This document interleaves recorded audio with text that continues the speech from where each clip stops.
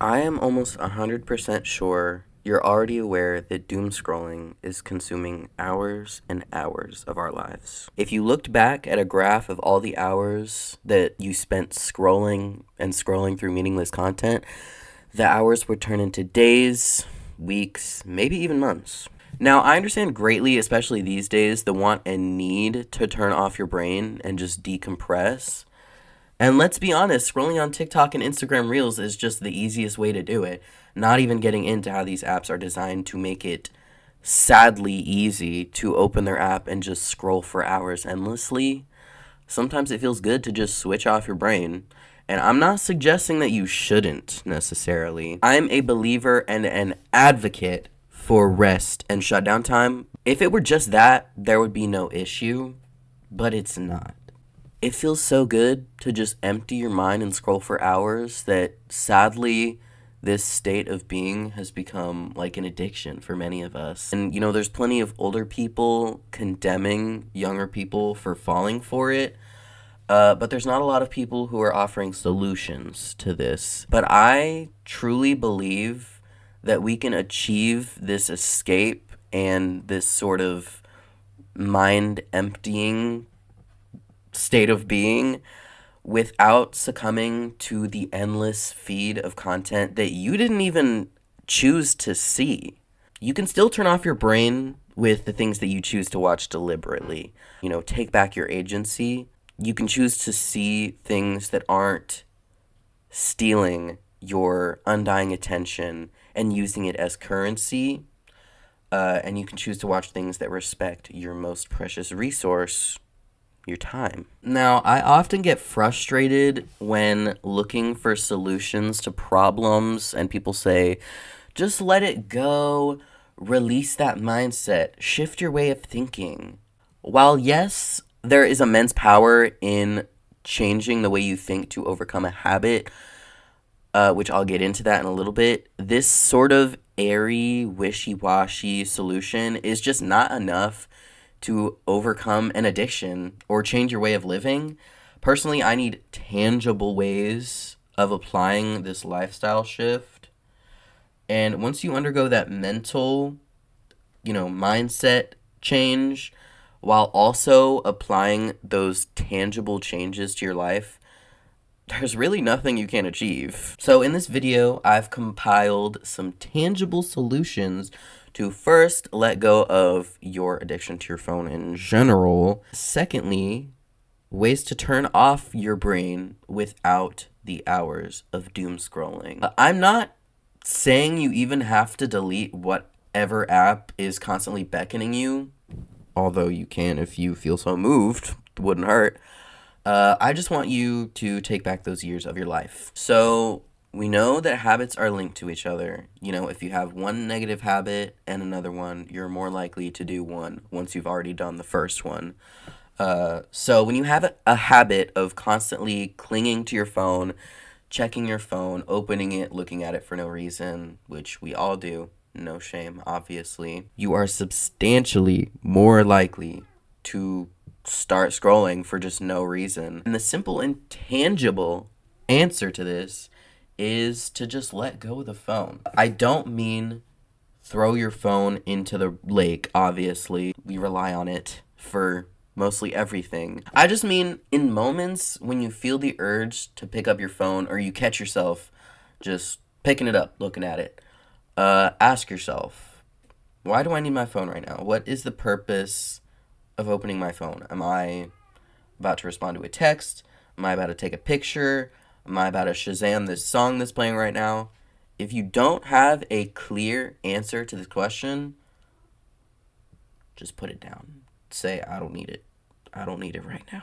Next, I've found that there are specific places that I and other people pick up their phones the most, and recognizing when you're in those places and you feel the urge to pick up your phone can really help make you more aware of this habit of yours. Here's some of the places that I pick up my phone the most. Number 1, the toilet. Simply just going to the toilet, leaving your phone in the other room or in your bag or whatever, and just taking a piss, taking a shit, with no phone, I implore you to try this. Just take a shit without scrolling. Because let's be honest, when you take a shit and you bring your phone in there and you start scrolling, how long do you sit there after you're done? Just on your phone.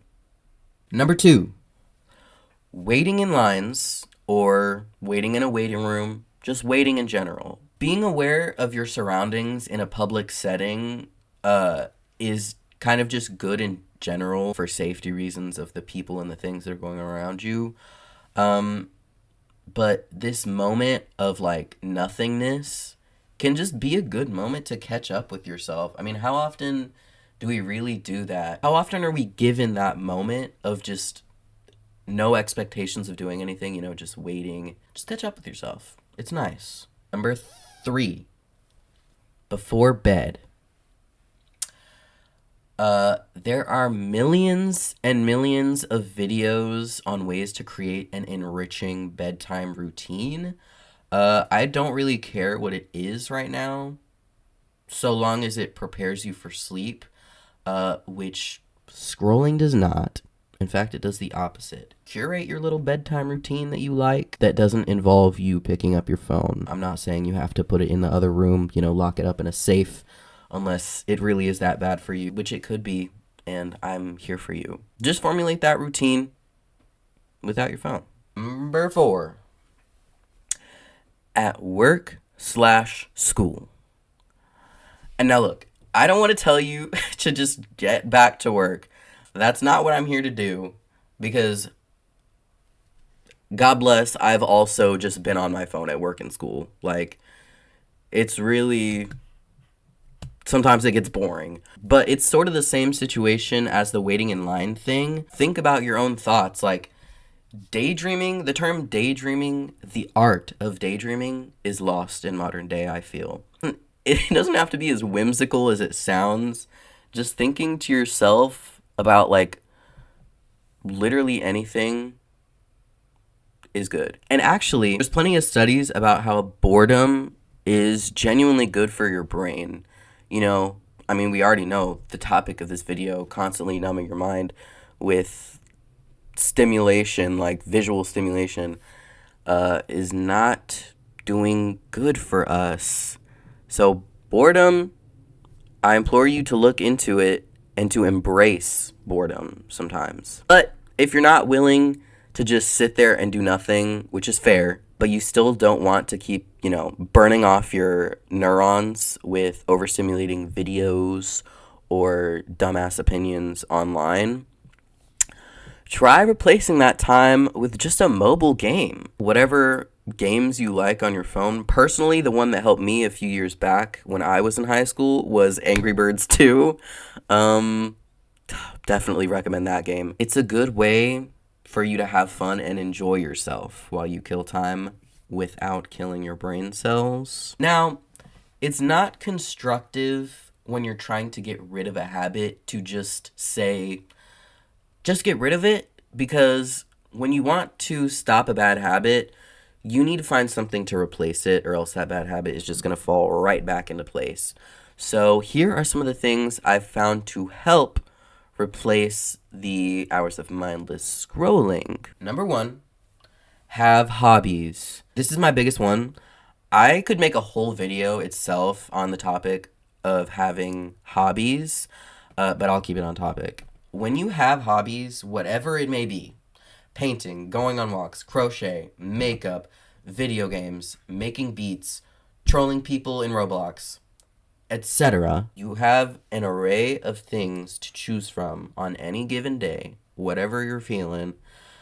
You will rarely find yourself bored. You will rarely find yourself with the urge to just scroll and do nothing, because you're like, I haven't made beats in a few days. I'm kind of feeling, I kind of want to tap back into that. It will be easy to find a reason not to scroll. You'll have fun doing it. Now, if you're thinking to yourself, I don't have any hobbies, I don't really like to do anything, I kind of just go to school or work and come home and eat and then be on my phone and then go to bed, I urge you to think back to when you were a kid. What did you like to do?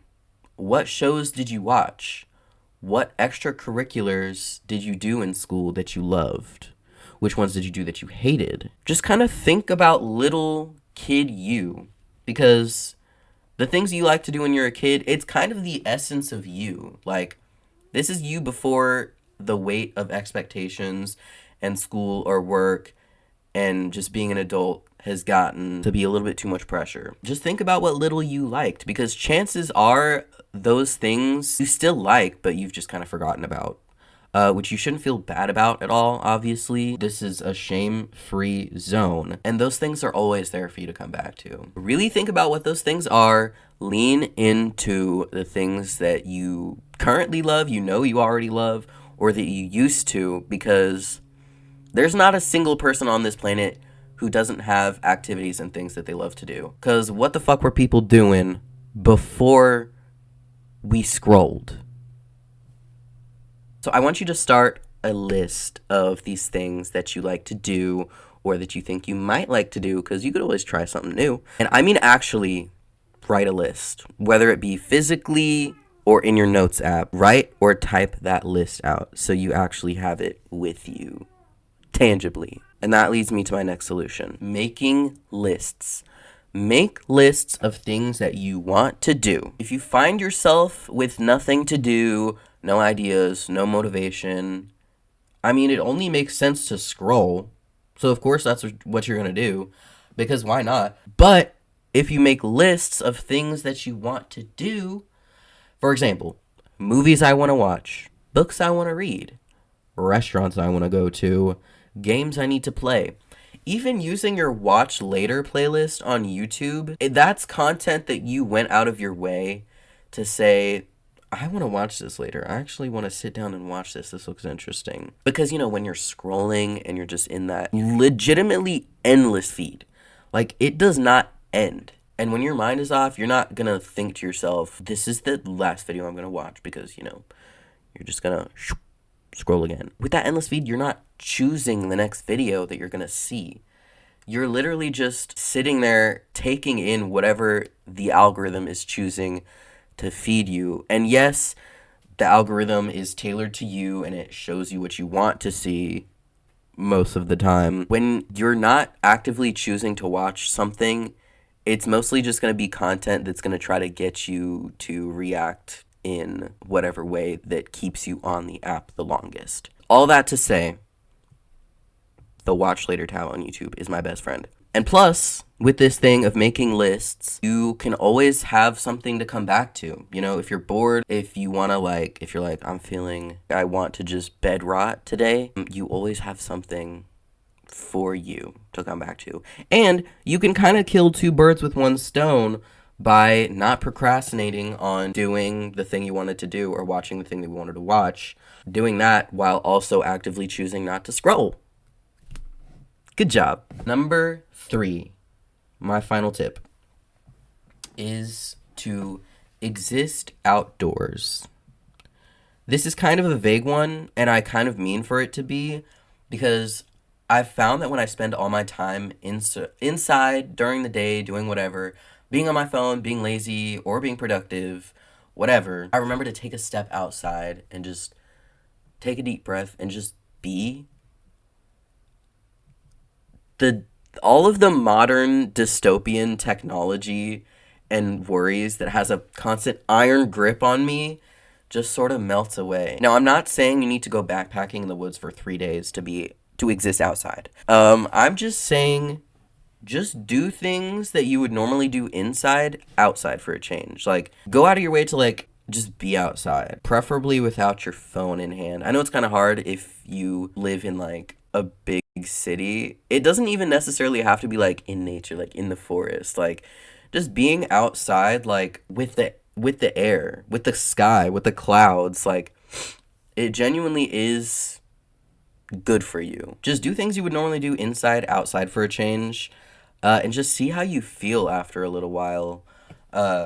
Being in nature obviously has shown to have positive effects on our mental health, but I still feel like we take it for granted. Just existing amidst the trees and leaves and squirrels and sun can eradicate the urge for a hit of that sweet, sweet scrolling. Now, I understand that it's not always possible to constantly exist outside due to like weather, wherever you may live, where it's like cold, hot. I mean, I live in Texas, I know, trust. But just finding those small ways to escape is plenty enough. It could be while you eat breakfast, while you draw, while you get your work done, while you're lounging, anything. Just think to yourself before and while you're doing this, I am actively making this decision to care for myself on a deeper level by doing the simple act of existing outside, outdoors, in nature. This is even better if one of your hobbies requires or even allows you to be outside. Just notice how it makes you feel when you do this, and then do with that what you will. With this video, ironically, there's no tangible end goal. The end goal really is just that you feel happy with the amount of time that you're allowing yourself to mindlessly scroll, with the time that you're spending on your hobbies, the time that really is yours. Happy, with the content you're choosing to consume, because I want you to start choosing what content that you choose to consume if you're gonna, be on your phone. And I just want you to be happy with what you're doing with your precious, precious time. Why do you think that they want your attention so bad? That they want your time so bad? It legitimately is your most precious resource. I hope this video sparked some inspiration for you. That's really all I can ask for. But don't let that inspiration just sit dormant as inspiration. Don't let it just sit in the back of your mind after you finish this video.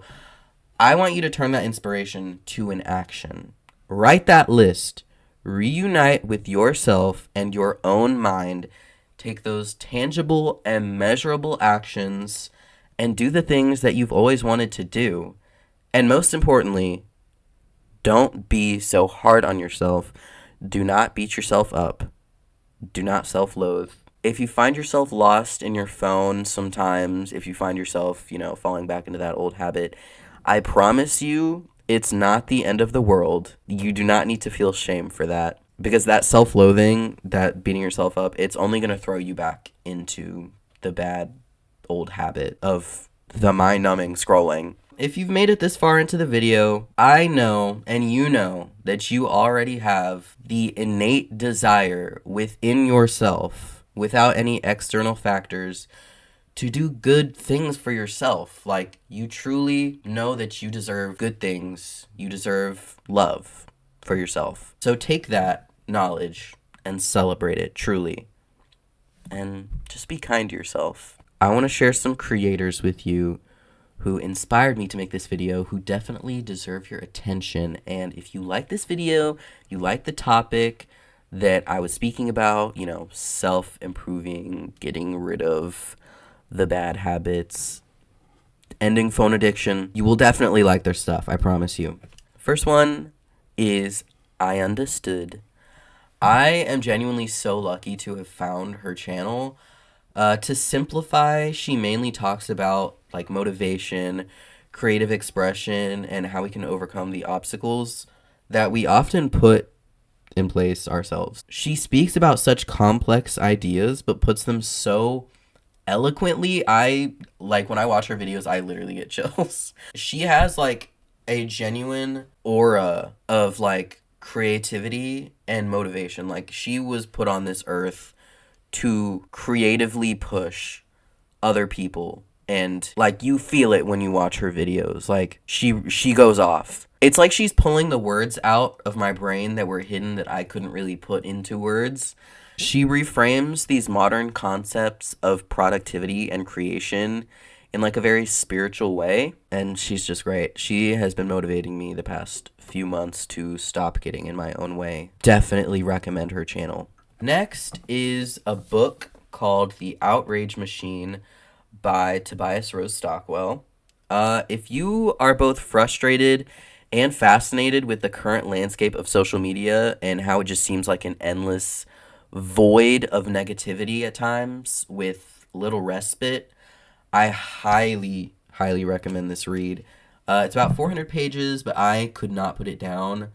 It's just so fascinating hearing him talk about like the mechanics of why social media is designed the way it is, because it really is such a new concept that no one really talks about, no one really knows about. This was published in 2023. You know, he talks about like the psychology side, the user interface side, and it sort of helped me take a step back and think about how I genuinely felt about having my lizard brain be taken advantage of by these large companies.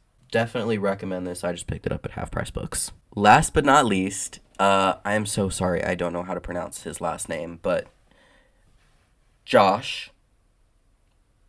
Josh. He makes videos talking about similar topics to what I discussed in this one. Phone addiction, procrastination, motivating yourself to do better, the whole dopamine detox sort of side of things. I feel like he's kind of a standout in the minority of people who are talking about this and trying to actually offer solutions to young people.